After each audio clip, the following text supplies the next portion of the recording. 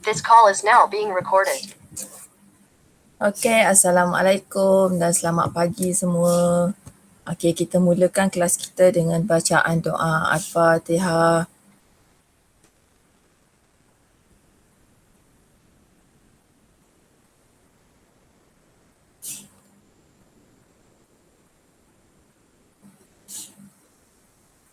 Bishrah li sadri wa yassir li amri wahlul 'uqdatam min lisani yafqahu qawli. Amin.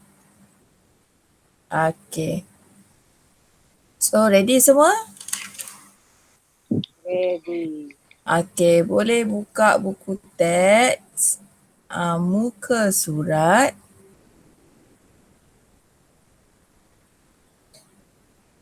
surat berapa? Sekejap. Hang lah pula saya punya buku teks ni. Okey. Muka surat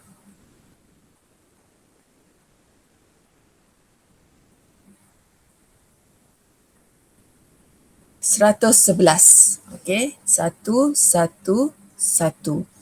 Okey, muka surat 111.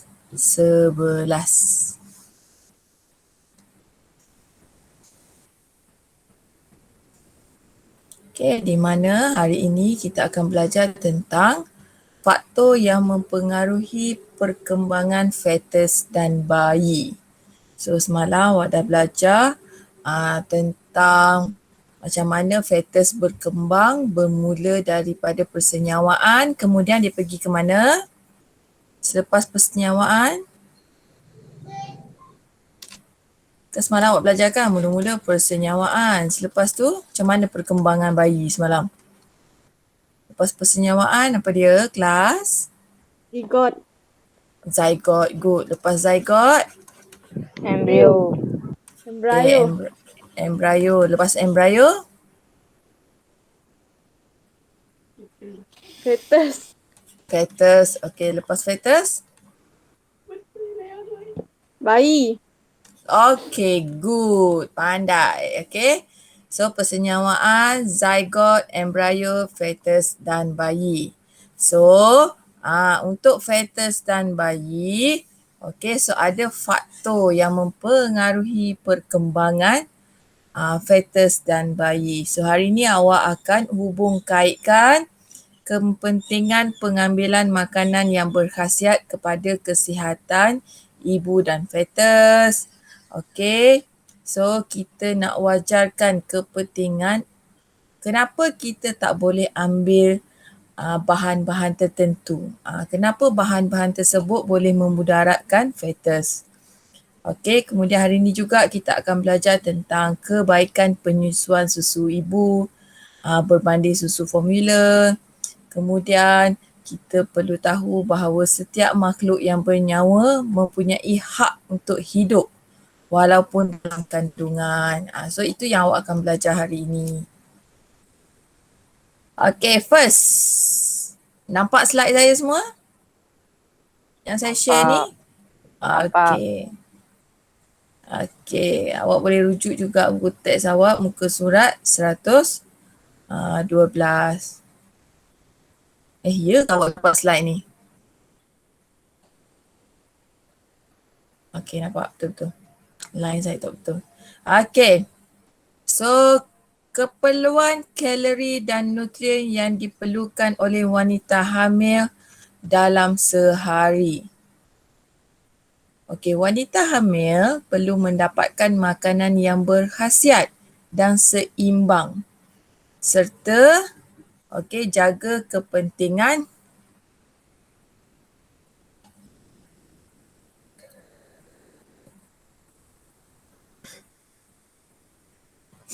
jaga kepentingan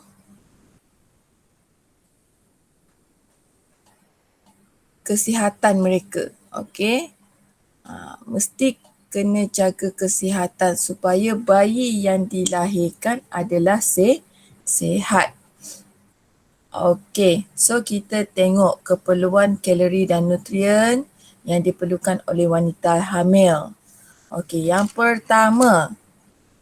So ini adalah kumpulan-kumpulan makanan yang diperlukan oleh wanita yang hamil. Yang pertama, karbohidrat, Yang kedua protein. Yang ketiga kalsium. Yang keempat vitamin. Yang kelima ferrum. Yang keenam vitamin C. Okey. Wanita yang tidak hamil, contoh kita lah. Okey, sekarang awak tak hamil kan? Na'udzubillah. Make sure kahwin dahulu baru hamil Okey. So wanita yang tidak hamil dia hanya memerlukan 9,450 kilojoule. Okey. Dia berbeza dengan wanita yang hamil. Nampak tak? Keperluan kalori dia, kilojoule ni maksudnya keperluan kalori dia, berapa yang diperlukan. Okey. So, keperluan kalori untuk wanita yang tidak hamil 11,592. Sorry, wanita yang hamil maknanya dia memerlukan lebih banyak kalori berbanding wanita yang tidak hamil. Sebab tu kalau awak tengok orang mengandung ni dia makan banyak. Maknanya makan banyak pun bukan untuk dia seorang. So dia perlukan lebih untuk diberikan kepada bayi. Okey. So untuk protein, wanita yang hamil dia memerlukan 85 gram. Manakala wanita tidak hamil 39 gram. 2 kali ganda protein diperlukan. Maknanya biasa makan ayam seketul, kalau hamil makan 2 ketul. Contoh macam tu lah. Okay, kalsium. Lagilah orang yang hamil ni, sebab tu tengok wanita hamil dia kata minum susu. Sebab susu mengandungi kalsium kan. Okay, sebab apa? Dia memerlukan 1000 hingga 1500 miligram kalsium untuk pembentukan tulang. Sedangkan wanita yang tidak hamil hanya memerlukan 400 hingga 500 miligram sahaja. Okey, vitamin A. So wanita hamil dia memerlukan 900 mikrogram. Wanita tidak hamil 750 mikrogram sahaja. Okey. Ferrum. Okey, wanita hamil dia memerlukan 15 gram, wanita tidak hamil 10 miligram. Ferrum ni penting untuk pembentukan darah bayi lah. Untuk pembentukan darah-darah. Sebab tu kalau wanita mengandung biasa dia akan cek HB dia. Okey, HB tu apa? Nak tahu kandungan darah cukup tak? Dia tak boleh kurang daripada 10 tak silap saya ke 11. Dia mesti lebih daripada tu kandungan hemoglobin dia. Okey, HB dia. Sebab itulah dia memerlukan ferrum yang tinggi, kandungan ferrum yang tinggi. Okay, so vitamin C untuk wanita hamil adalah 50 mg, tidak hamil 30 mg. Okay, so kita tengok apa fungsi sebenarnya makanan-makanan yang diambil tu. So kita perlukan gizi yang seimbang. Sebab apa? Penting untuk kesihatan ibu dan bayi. Okey, yang pertama, serat. Okey, serat. Contoh dia adalah bijirin, sayur-sayuran, buah-buahan. Okey, fungsi dia untuk cegah wanita hamil daripada sembelit. Awak makan pil ferrum tu untuk wanita mengandung dia boleh menyebabkan sembelit. Tetapi bila awak makan banyak serat untuk wanita hamil, okey, dia cegah daripada sembelit. Okey, kemudian ferrum. Serat ni sebenarnya daripada buah-buahan dan sayur-sayuran. Okey, ferrum. Okey, sumber ferrum. Hati. Bukan makan hati hati-hati binatang. Hati apa? Hati ayam, hati lembu. Okey, hati manuk, hati sapi tu. Okey, ataupun benda yang berdarah. Daging merah, kerang. Benda-benda yang berdarah itu. Okey, ikan. Sebab dia membantu hemoglobin sel darah merah. Sebab saya kata tadi, ferrum ni penting untuk HB. HB ni stand for hemoglobin. Ibu yang mengandung tiada tiap-tiap kali pergi check, okay, dia akan check HB berapa hari tu, HB 12 ke 13 ke. Kalau HB bawah je daripada 10, terus okay, nurse akan suruh makan makanan yang mengandungi ferrum yang tinggi.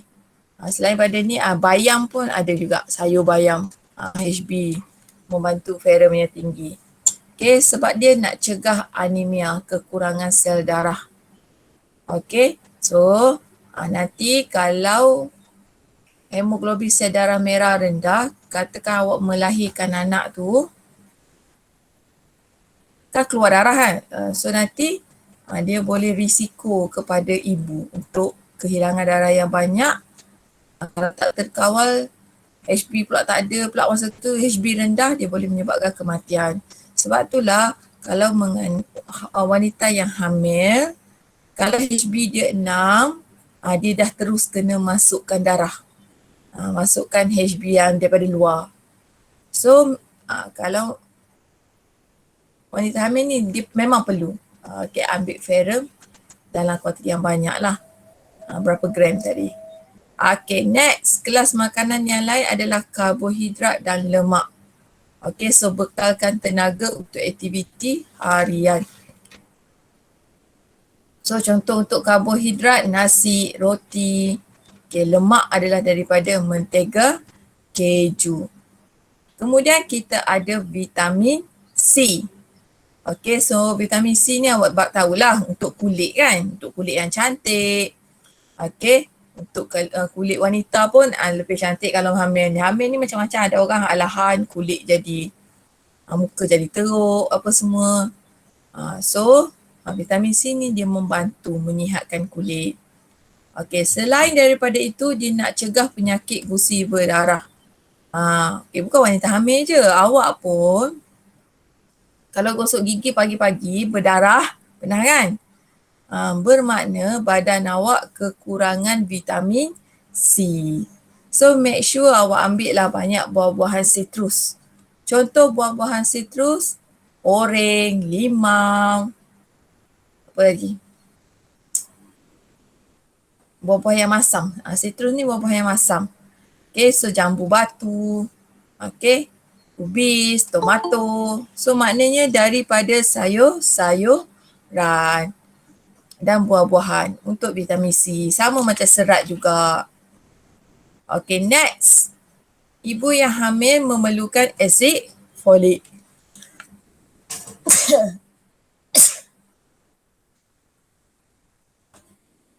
Okay, asid folik ni paling penting ni. Wajib ambil ni. Penting untuk perkembangan sistem saraf fetus yang sempurna. Saya pernah jumpa orang yang tidak mengambil asid folik yang cukup. Apa jadi anak yang dilahirkan cacat, bukan cacat macam mana. Dia jadi sumbing, mulut, lepas tu ataupun tangan dia tak habis membahagi. Dia menyebabkan jantung berlubang. Benda-benda macam tu dia penting tau. Sebab itulah kita perlukan makanan, gizi yang seimbang untuk ibu dan anak. So, contoh-contoh asid folik adalah daripada kacang tanah, brokoli, bayam. Okay. Kemudian, protein. Okay, protein adalah penting untuk pertumbuhan sel-sel baharu dalam fetus. Okay, supaya dia dapat berkembang lah. So, fetus tu dia berkembang mula-mula daripada tak ada organ kepada ada organ. Kemudian ada tangan, pembentukan jari, telinga, hidung. Tu penting. Sebab tu pentingnya ambil protein. Contoh protein, ayam, daging, susu, keju. Okay, kemudian kalsium dan fosforus. Okay, pembentukan tulang fetus yang sihat. So, nak memelihara tulang serta gigi wanita yang hamil. Contohnya adalah ikan bilis, keju, susu. Okay. So, ada soalan setakat ini? Tak ada aja korang. Okay. So, kelas makanan ni biasanya kadang-kadang doktor dah bagi pil. Ada kalau orang mengandung ni dia akan bagi 1 asid folik, 2 ferrum, 3 vitamin C. Ada 3 vitamin yang biasa dibekalkan lah untuk bagi tambah lagi lah. Tapi sebenarnya kalau awak tak makan vitamin tu pun no problem. Kalau awak mengambil cukup, okay, makanan-makanan yang seimbang ni. Tapi kalau kita tengok pun contoh-contoh makanan ni pun dah memang biasa awak ambil pun kan. Ayam, memang makan ayam hari-hari, betul tak? Susu memang ambil betul. Keju memang makan, ikan bilis, buah-buahan, nasi, roti, daging, ikan. Cuma kemungkinan kalau tak cukup tu disebabkan oleh pengambilan yang sedikit. Sebab itulah kita kena tengok kalori dia berapa. Kandungan kalori ni berapa. Berapa wanita hamil yang perlu ambil, berapa miligram, berapa mikrogram. So, okay, kuantiti-kuantiti inilah yang perlu dilihat supaya cukup, seimbang. So, penting untuk kesihatan ibu dan bayi. Okay, next. Tak semua benda boleh ambil pula masa mengandung ni. Ini adalah bahan-bahan yang tidak boleh diambil langsung. Okay. Kesan yang mungkin berlaku akibat pengambilan rokok, minuman beralkohol dan dadah terhadap wanita hamil. Okay, rokok. Rokok ni bukan orang tu je isap rokok. Kalau lelaki pula dia isap rokok kat wanita hamil pun tak boleh juga. Sebabnya asap udara yang disedut tu lagi bahaya sebenarnya.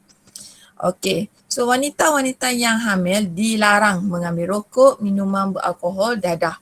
Okay, kalau rokok, bayi yang dilahirkan berkemungkinan bersaiz kecil.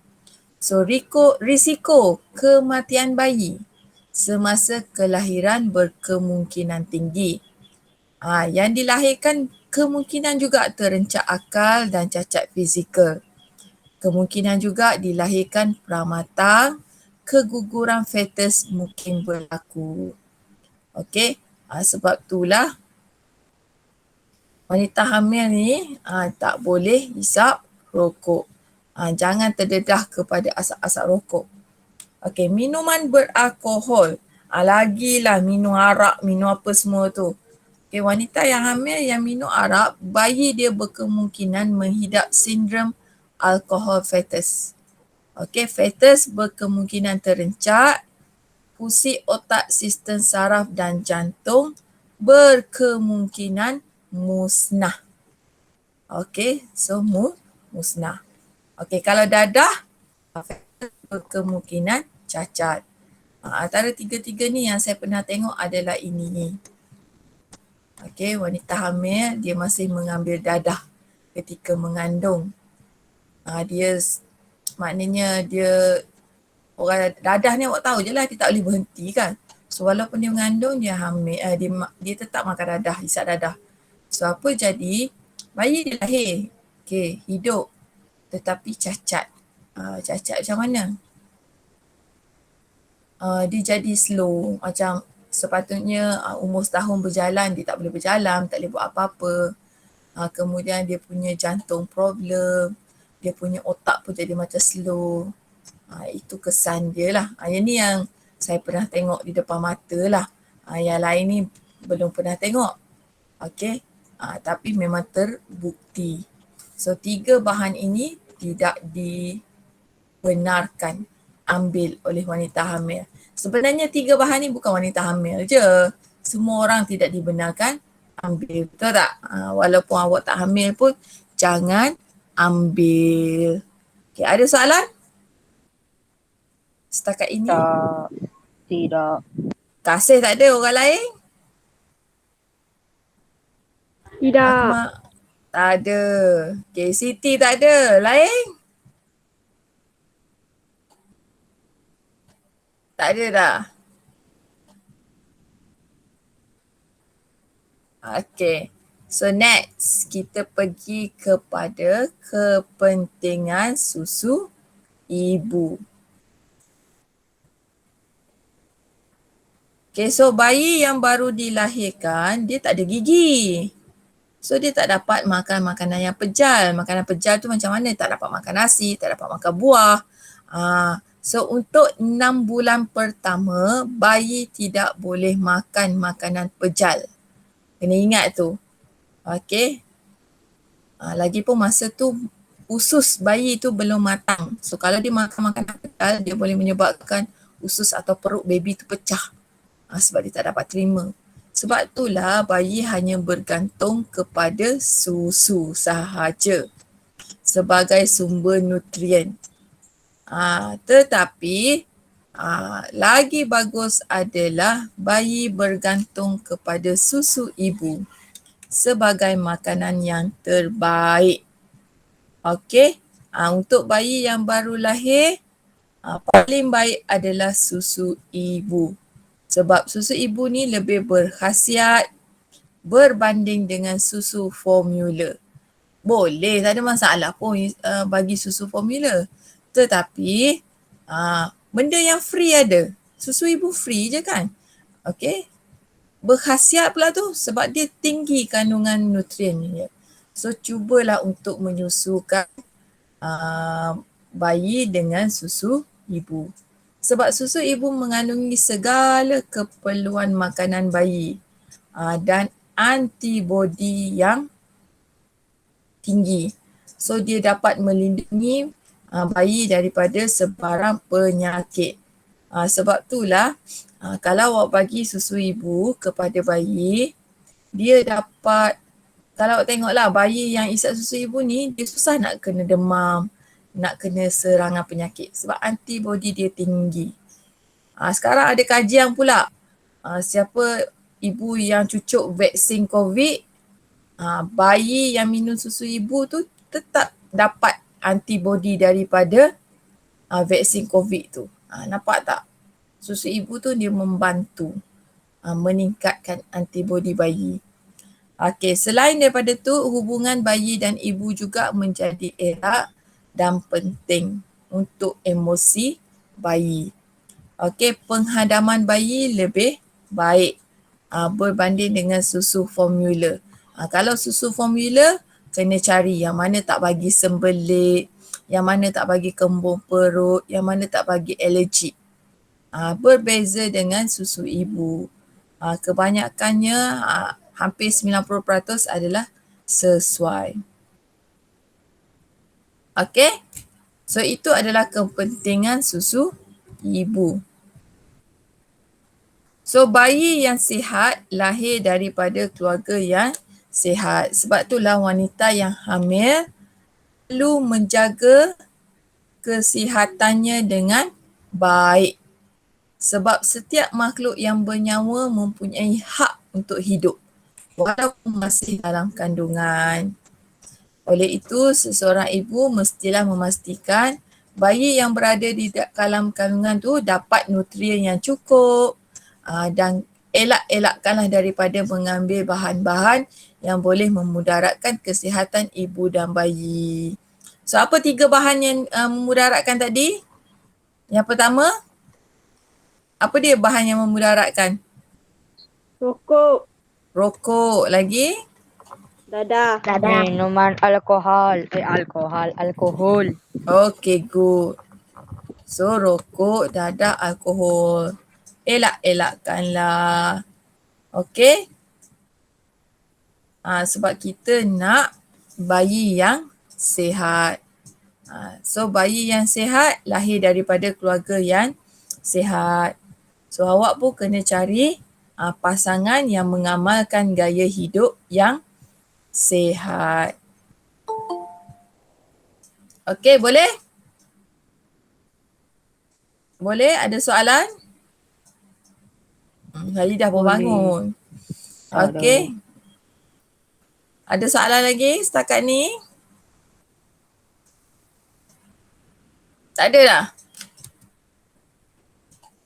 Tak. Kalau tak ada, saya nak masuk sikit lagi ni. Ada soalan tak? Tak ada. Okay. Okay, good. Okay, next. Kemandulan dan pencegahan kehamilan. Okay.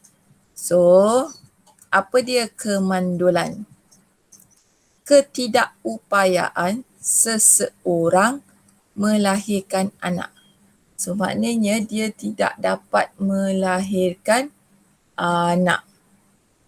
Okey, so apabila pasangan suami isteri dia tak berupaya untuk memperolehi sebarang zuriat, suami atau isteri atau kedua-duanya mungkin mandul. Okey, sebab itulah dia ada cara dia. Okey, untuk orang yang mandul ni dapat boleh check lagi. Bukannya mandul tu terus mandul. So dia boleh terus check lagi sama ada dia masih boleh mendapatkan anak ataupun tidak. Okey, kemudian satu lagi yang awak akan belajar adalah tentang kaedah pencegahan kehamilan. So ada pula orang dia jenis subur pula. Lepas beranak, lepas beranak. Kira on je. Okey, so ada kaedah nak cegah dia. Okey, so kaedah pencegahan kehamilan adalah cara untuk merancang keluarga, untuk kawal kehamilan. Sekarang ni zaman bukan kuantiti, zaman sekarang adalah zaman kualiti. Dengan musim COVID lagi, ramai manusia pekerjaan terjejas, sebab itulah banyak kes bunuh diri berlaku sekarang. Ramai orang menghadapi tekanan hidup. Okey, next kita tengok kepada punca kemandulan lelaki dan wanita. Okey. So punca yang pertama, kita tengok persamaan dahulu. Okey. So persamaan punca kemandulan bagi lelaki dan wanita adalah hormon yang tidak seimbang. Maknanya hormon dia tak seimbang ni macam mana? Kalau wanita ni orang jenis yang datang haid, tak datang haid, tu jenis hormon yang tak seimbang lah tu. Okay. Sebab tu saya kata kalau setahun tu awak datang haid sekali, pergi check dengan doktor. Ni fakta ya, ada orang pernah berlaku. Setahun sekali je dia datang haid. Tahun depan pula sekali lagi. So perlu dapatkan rawatan daripada doktor. Okay. Organ seks kemungkinan cacat atau dijangkiti penyakit. Okey, masalah kesihatan seperti kencing manis. Sakit kencing manis pun dia boleh punca kepada kemandulan. Okey, kita tengok dahulu punca kemandulan untuk lelaki. Lelaki, testis kemungkinan tidak menghasilkan sperma. Tak ada sperma, macam mana dia nak bercantum bentuk bayi, betul tak? Ataupun ada juga bilangan sperma tak mencukupi. Sepatutnya berjuta-juta tapi yang masuk tu sikit saja. So bila berenang tu kemungkinan dia boleh dia tak kuat. Macam itulah.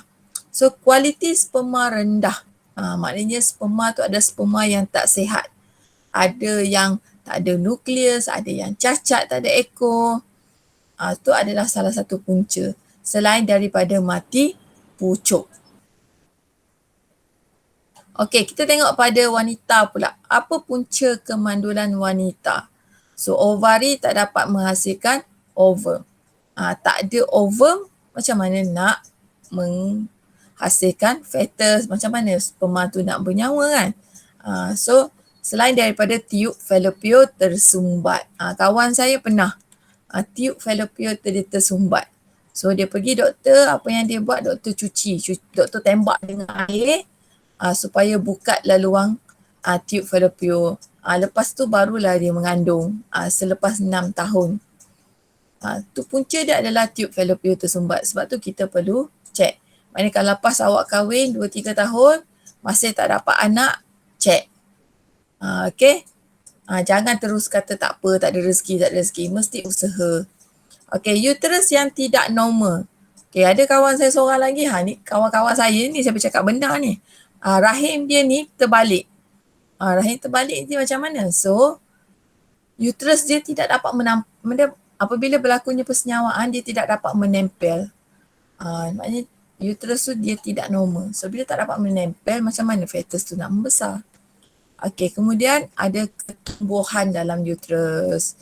Kalau ada ketumbuhan macam cyst, fibroid, tu perlu dibuat pembedahan dahulu. Awak perlu bedah, buang, barulah uterus awak bersedia untuk menempel. Kalau tak dapat. Okey, boleh? Ada soalan setakat ini? Ada Nak tanya apa-apa? Nak tahu apa-apa ke? Ya, Saparul?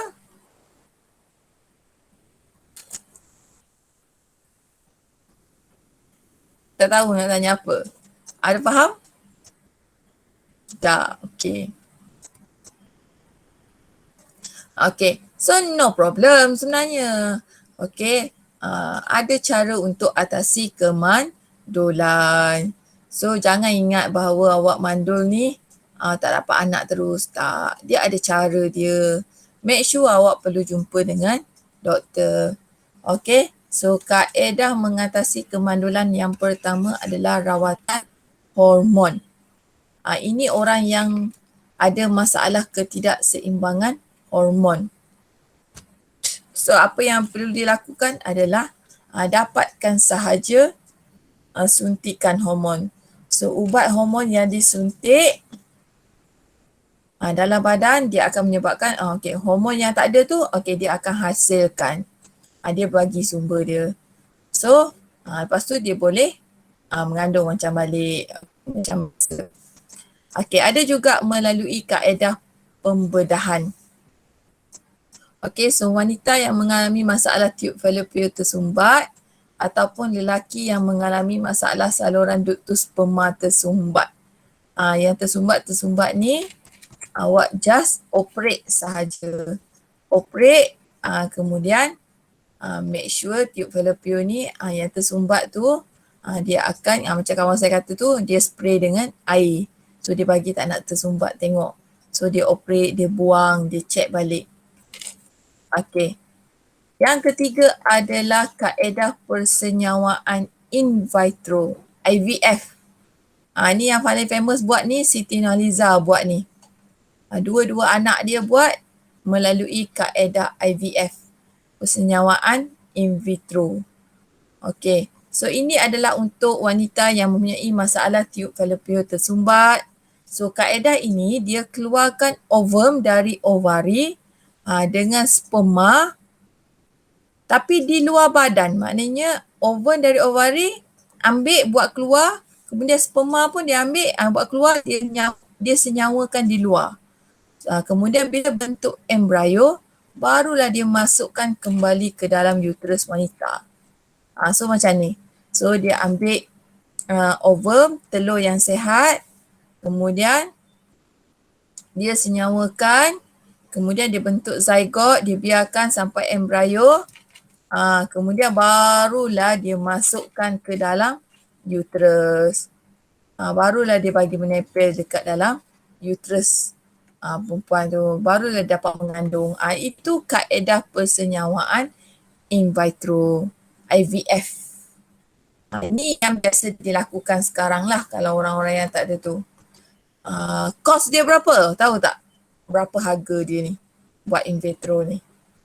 Paling murah orang pernah bagi tahu saya harga dia adalah RM5,000, RM6,000.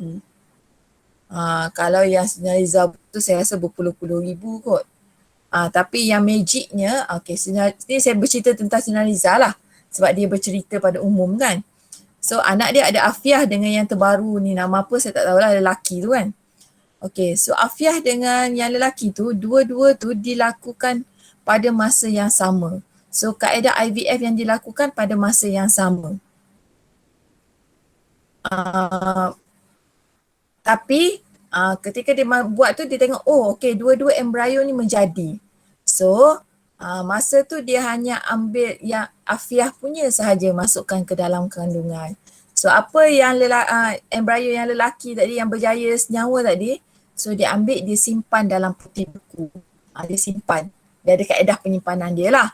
Awak jangan bayang simpanan dalam peti rumah awak pula. Dia lain lah kaedah penyimpanan dia. So dia simpan. So Afiah pun, Sinaliza pun mengandung, lahirkan Afiah kan. So lepas 2-3 tahun, dia ambil balik embryo yang mula-mula dilakukan ketika bersama dengan Afiah tadi tu. Dia ambil, dimasukkan balik. Itu kejayaan teknologi kita sekarang. Kaedah IVF ni. Walaupun dilakukan 2-3 tahun lepas tu, awak boleh mengandung lagi. Magic kan? So bagus teknologi sekarang. So teknologi sekarang tak ada istilah mandul lagi lah. Okay, yang penting ada duit, boleh dapat anak. Banyak kaedah sekarang. Okay, ada soalan? Ke dah tahu dah pasal Sinaliza ni? Pernah baca? Ada soalan tak? Sebenarnya. Tidak. Tahu. Tidak. Okay, tidak ada. Okay, so good lah kalau awak faham. Okay, so ni adalah dia punya itulah. Okay, so ovum dengan sperma ni dia senyawa dekat luar. Okay, so this one adalah kaedah-kaedah pencegah kehamilan. Okay, so bagi pasangan yang ingin merancang keluarga, tadi yang tak dapat anak, yang ni yang jenis mudah dapat anak ni pula. So kita mesti merancang keluarga. Jangan duk kata rezeki-rezeki sahaja. Anak yang dilahirkan perlu mendapat hak yang sama rata. Awak ada anak, nanti make sure anak awak dapat semuanya. Kalau awak rasa awak tak mampu daripada segi wang, kawal lah. Okay. Rancanglah keluarga awak. Okay. Kalau awak mampu, no problem lah. Anak ramai-ramai pun, ahli syukuri, no problem. Ni menang orang pun. Dia mampu. Okay. So first kita tengok apa dia kaedah pencegah kehamilan adalah pil pencegah hamil. So dia halang proses pengovulan. Maknanya tak ada telur dikeluarkan. Okay, implan. Okay, implan ni dia tanam dekat lengan ni. Okay, so dia halang hormon yang halang ovari daripada menghasilkan ovum. So implan ni dia masuk bawah lengan ni. Lepas 3 tahun, awak kena keluarkan. Operate lah, buang kat situ. Okay, so yang ni yang paling famous, paling murah lah ni, kondom. Okay, dipakai pada zakar lelaki sebelum persetubuhan. So dia halang sperma masuk ke dalam faras semasa ejakulasi. So sperma dia tak akan masuk ke dalam lah. Okay, kemudian ada IUD, alat kontraseptif uterus. Okay, so alat ni dimasukkan ke dalam uterus wanita. So bila masuk, dia elakkan penempelan ovum yang telah disenyawakan. Yang ni kena hati-hati. Kadang-kadang alat ni boleh keluar. So dia tetap mengandung juga. Okay, next, vasectomy. Vasectomy ni maknanya ikat terus, ductus, putuskan terus. So tak ada sperma yang keluar. Ejakulasi berlaku tetap seperti biasa tapi diputuskan terus. Atau kalau pada perempuan adalah ligasi. Tube fallopian ni potong. Ada pernah dengar perkataan ikat terus. Okay, potong, ikat, so tak ada telur, so no problem. So ovum tidak disenyawakan oleh sperma lagi. Okay, so itu adalah kaedah macam mana nak cegah kehamilan. Kalau yang masih nak anak tu, okay, so 4 kaedah ni mungkin boleh digunakan lah. Tapi orang yang memang dah ada orang yang memang dia tak nak anak dah, dia dah tua dah, umur 40 dah tak mampu dah. Sebab semakin berusia awak mengandung, semakin tinggi risiko untuk mendapat anak seperti single dam. Okay. Itu bahayanya mengandung pada ketika berusia.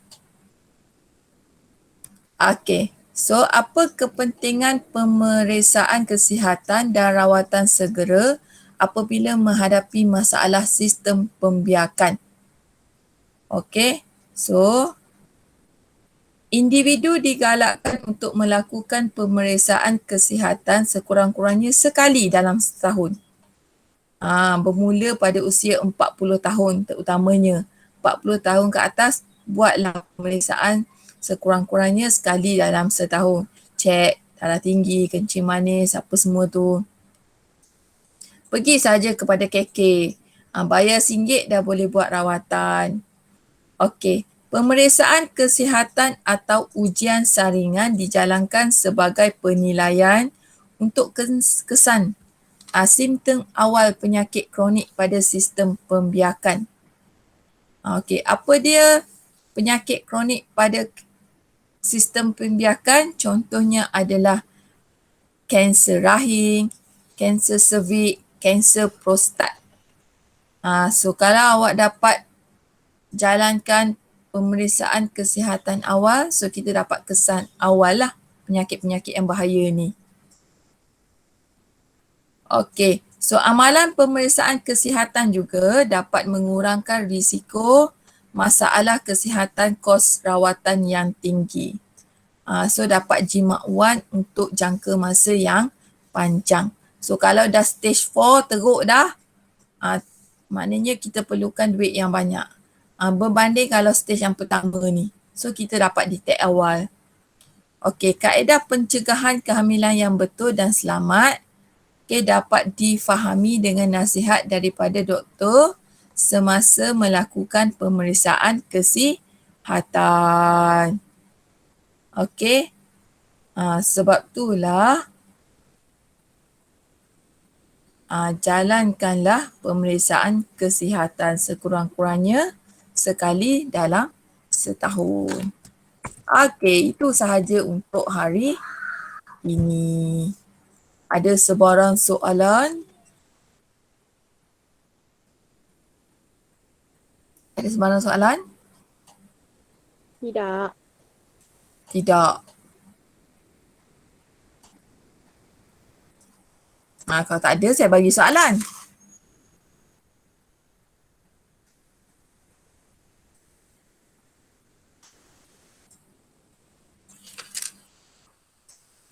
Bukan yang ni, sorry. Okay, mana soalan saya tadi? Okay, this one.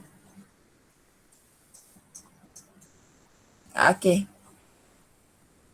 So, yang ini nanti saya akan forward dalam awak punya WhatsApp. Buat latihan macam semalam. Yang semalam ada yang belum hantar lagi kan? So, ada yang dah hantar, saya dah tanda semua. Okay.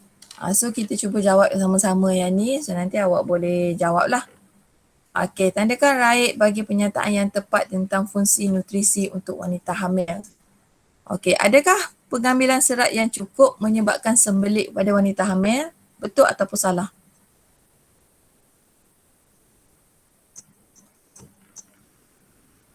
Betul ataupun salah? Kelas? Salah, pengajar. Salah. Salah, betul lah salah. Sebab apa? Pengambilan yang serat yang cukup, dia dapat menghalang sembelit. Okey, mencegah sembelit. Okey, protein membantu pertumbuhan sel-sel baharu dalam fetus. Betul ataupun salah?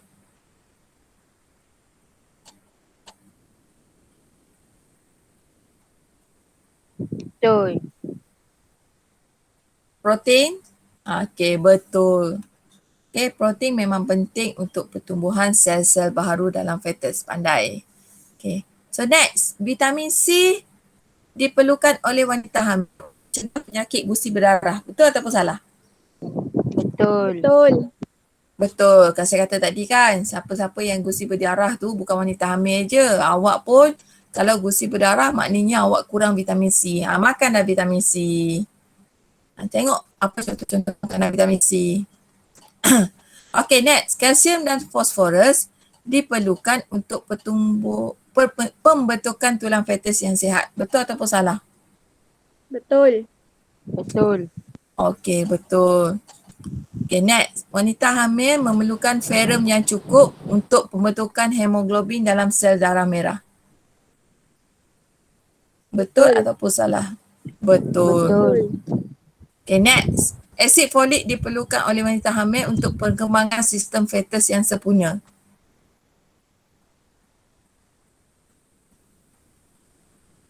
Betul salah? Betul. Okay, betul. Satu je salah kan? Okay, yang lain semua betul. Okay, next. Okay, hubung kait gaya hidup. Okay, keguguran dan kelahiran pramatang. Ambil apa ni?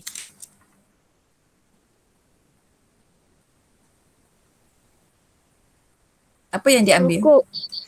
Rokok. Rokok. Okay.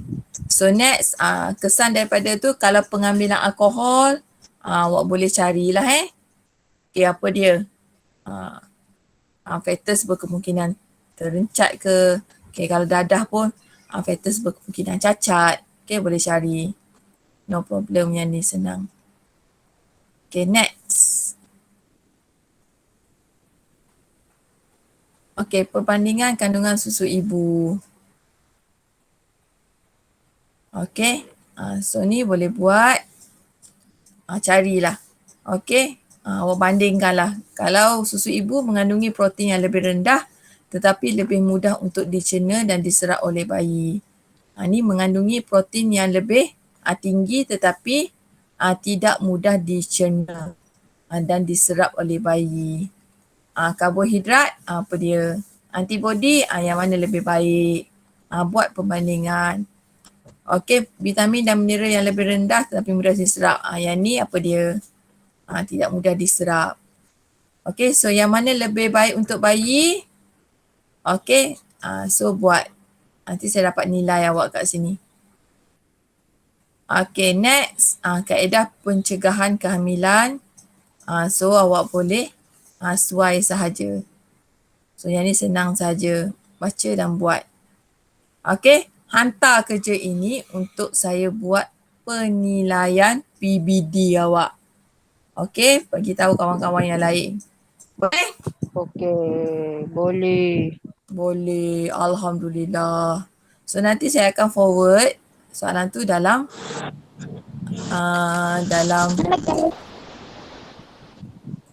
dalam apa tu, dalam